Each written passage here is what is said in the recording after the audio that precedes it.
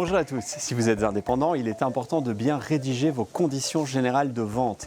Ce document cadre vos relations entre vous et vos clients. En plus, il permet d'éviter des conflits ou bien d'y remédier.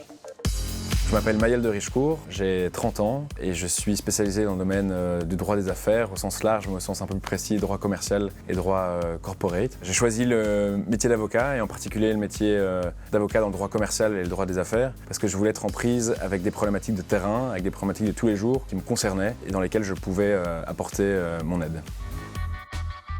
Quelles sont les clauses les plus importantes à inclure dans mes conditions générales? Alors j'en ai sélectionné que 3 qui me paraissent importantes, mais il y en a d'autres en fonction des types de contrats qui peuvent être tout aussi importantes. La première que j'ai sélectionnée, c'est celle sur les modalités de paiement. Elle est très importante parce que, voilà, en fonction du type de contrat, le vendeur peut prévoir que le paiement devra intervenir en plusieurs mensualités, et qui devra intervenir en ayant 15 jours, etc., etc. Donc ça, c'est vraiment un critère essentiel sur lequel il faut se mettre d'accord.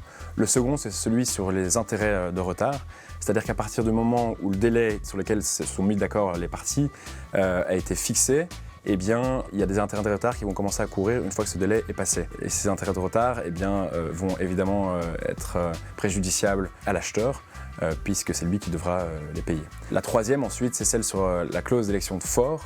Qu'est-ce que c'est la clause d'élection de fort? Ça paraît un petit peu chinois, mais ça ne l'est pas du tout. En fait, c'est simplement déterminer quel tribunal sera compétent en cas de litige. Donc, par exemple, je suis boulanger, je ne paye pas mon fournisseur de farine parce que j'ai des problèmes de trésorerie, on en a parlé beaucoup ces derniers temps, problèmes d'électricité, etc. Le fournisseur de farine va aller par exemple devant le tribunal de Bruxelles, si c'est ça qui a été écrit sur le contrat, pour dire voilà, je veux obtenir paiement pour la farine qui a été livrée au boulanger. Quel délai octroyé pour le règlement de mes factures? Il est de 30 jours civils à partir de la date d'émission de la facture. Alors, il est possible de prévoir plus, on peut prévoir jusqu'à 60 jours maximum, mais voilà, le régime légal, lui, est de 30 jours. Le client annule des travaux que je devais effectuer chez lui, mais il a signé le devis. Que se passe-t-il?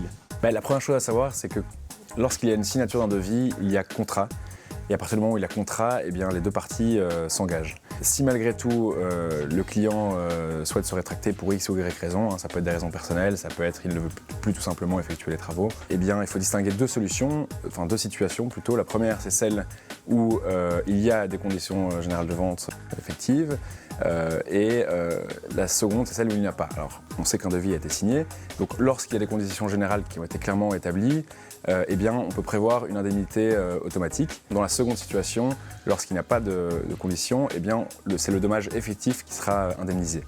Donc par exemple, si une armoire a été installée, ce sera le coût de l'installation de l'armoire, éventuellement l'armoire si elle ne peut plus être enlevée, qui devront être indemnisées. Comment utiliser les conditions générales de vente en cas de non-paiement? Alors, il y a deux choses très importantes à savoir, c'est qu'il faut que les conditions générales aient été reçues par le client. Alors souvent, on s'assure de cela en ayant versé du contrat les conditions générales. Il faut appliquer clairement au recto et faire un renvoi pour dire voilà, les conditions générales se trouvent au dos. Pas besoin que les conditions générales aient été lues, ça c'est le problème effectivement de l'acheteur. En revanche, il faut qu'elles aient été transmises, ça c'est important, et qu'elles aient été transmises au plus tard au moment de la livraison du produit. Deuxième chose, il faut qu'elles aient été acceptées. Alors il faut distinguer selon qu'elles aient été acceptées tacitement ou expressément. Expressément, c'est quand l'acheteur a dit effectivement j'accepte ces conditions générales, c'est pas obligé d'être aussi formel, mais en tout cas il doit y avoir une réponse circonstanciée comme quoi il y a eu acceptation. Quelquefois ça peut être tacite, là c'est un petit peu plus complexe, il faut juger au regard des circonstances en l'espèce.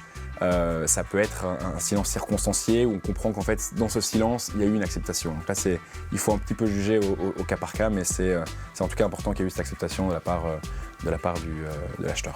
La loi n'impose pas des conditions générales de vente, mais vous l'avez compris, ces conditions générales de vente sont vivement recommandées.